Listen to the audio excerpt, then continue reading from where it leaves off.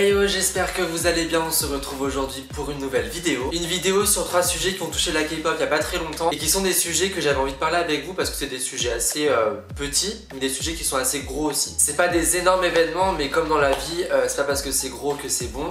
Donc même quand c'est petit, bah ça peut être bon aussi. Je commence par le premier événement qui est la tournée européenne de Blackpink. Alors ça c'est l'annonce qui a fait je pense le plus de bruit la semaine dernière. C'est la YG qui a annoncé en fait que les Blackpink allaient faire une tournée mondiale. Mais pour une fois le mot mondial ne veut pas dire que États-Unis et Asie, mais comportera cette fois-ci l'Europe. Et Blackpink en Europe c'est juste un truc de fou. Hi everyone, we're Blackpink. Finally we are coming to meet you, Blinks. We can't wait to see you all. Please check out Beats at our concert, sponsored by Kia. See you at the concert.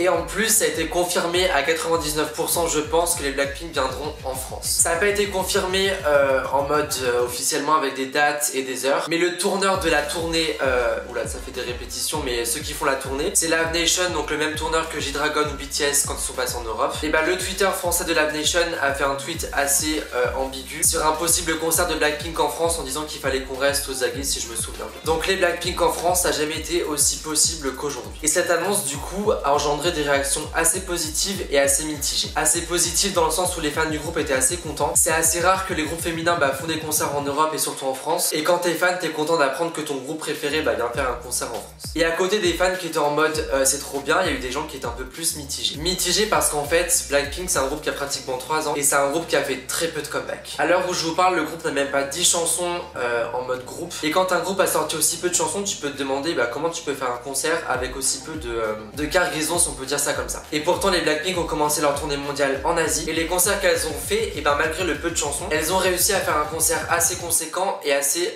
développé. Alors oui, elles chantent des chansons plusieurs fois durant leur concert, mais il faut rajouter à ça le solo de Jennie et les solos des membres qui sont des reprises, la collaboration avec Dua Lipa qui est Kiss and Make Up, le remix des Wonder Girls qui est So Hot si je me souviens bien, et très souvent les groupes de K-pop font des covers durant leur concert, et c'est ce que fait Blackpink et c'est comme ça qu'elles arrivent à faire un concert avec 20 chansons.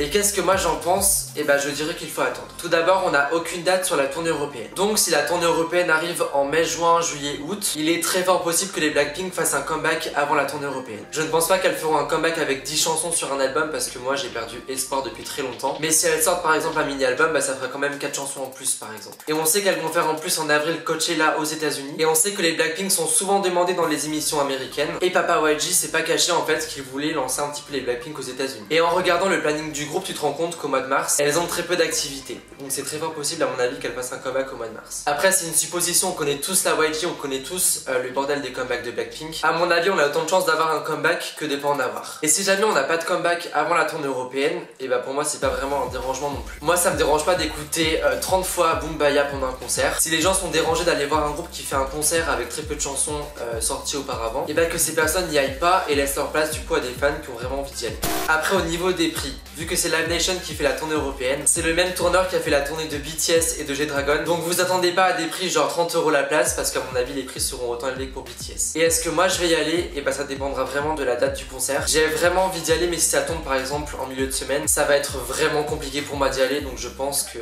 ce sera vraiment en fonction des dates. Dites-moi en commentaire si vous allez y aller au concert et comme ça on pourra savoir si le concert est vraiment attendu ou pas.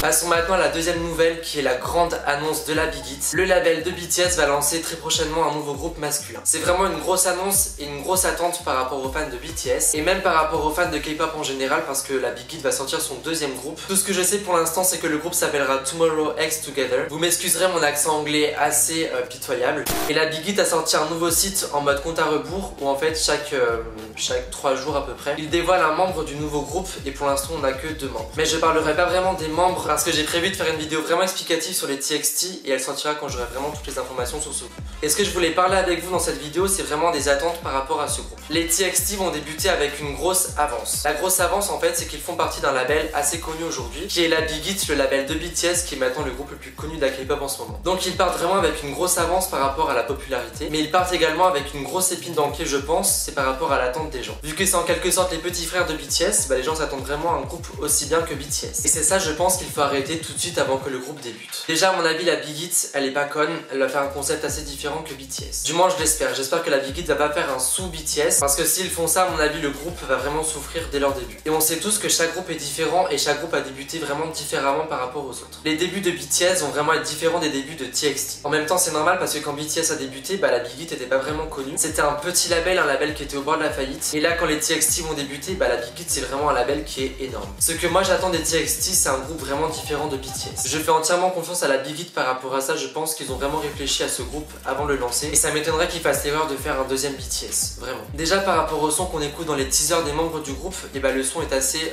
plus enfantin que BTS, je trouve. Ça fait un peu plus coloré, un peu plus enfantin. Je sais pas comment l'expliquer en fait. Ça fait un petit peu NCT Dream, mais vraiment en mode beaucoup moins. Je veux dire par là qu'on n'a pas des sons aussi bruts et aussi forts et aussi boom boom que Not Today de BTS, et que les sons qu'on écoute dans les teasers sont un peu plus sans prise de tête, un peu plus joyeux, je trouve.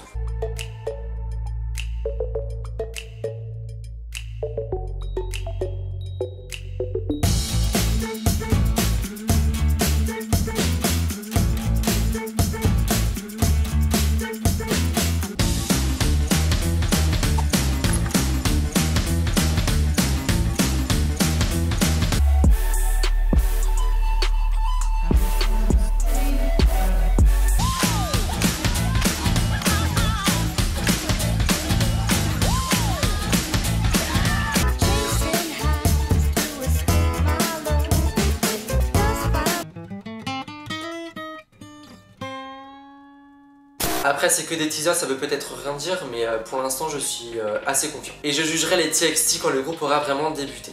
Troisième et dernier événement qui a touché la K-pop ces derniers jours, c'est l'annonce de la JYP qui va lancer un nouveau groupe dans les prochaines semaines. La JYP qui a lancé les groupes Twice, GOT7, Stray Kids, va lancer un nouveau groupe féminin après 3 ans après Twice, si je me souviens bien. Et là aussi c'est un groupe qui a une grosse attente par rapport à ce qu'ils vont proposer. On sait pas grand chose sur ce groupe pour l'instant, on sait juste que le MV a été tourné il y a pas très longtemps et que le nom potentiel de ce groupe pourrait être Denimals. Denimals en français, Denimals en anglais, je sais pas comment on pourrait le dire. Mais le nom est assez chelou, ça fait vraiment penser à Digimon, c'est un petit peu créature. Et là aussi j'espère vraiment que la JYP va pas faire un groupe similaire à Twice. J'aimerais trop qu'ils lancent un groupe assez badass, assez mature, un peu comme les Miss A, reposez en paix mes pauvres, je les aimais trop en plus ces filles.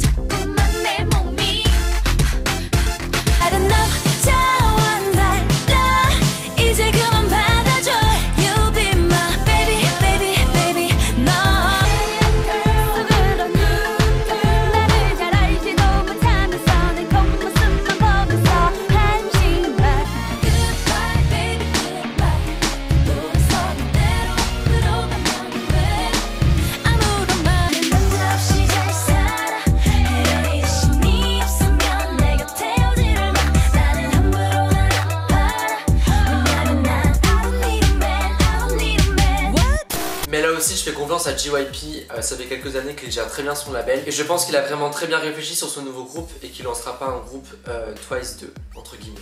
En tout cas en 2019 on va avoir le nouveau groupe de la JYP en féminin, le nouveau groupe masculin de la Big Hit, un nouveau groupe masculin chez la YG, un potentiel nouveau groupe féminin chez la SM et selon Papa YG il lancerait également un nouveau groupe féminin chez la YG. Mais très franchement tout ce que dit Papa YG j'y crois même pas à 1%, donc ce serait vraiment bizarre qu'il sorte un nouveau groupe féminin aussi rapidement. Surtout quand tu vois comment il gère Blackpink, lancer un nouveau groupe féminin serait vraiment gonflé et vraiment osé je pense. Tout ça pour dire que la nouvelle génération qui va représenter la K-pop durant ces prochaines années, elle arrive très prochainement et c'est juste hyper excitant.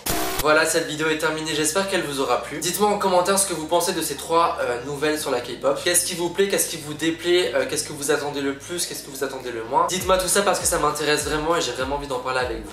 Si la vidéo vous a plu, n'oubliez pas de mettre un pouce bleu et de vous abonner à ma chaîne si c'est pas fait. Et on se retrouve samedi pour un nouveau concept de vidéo. Boomerang.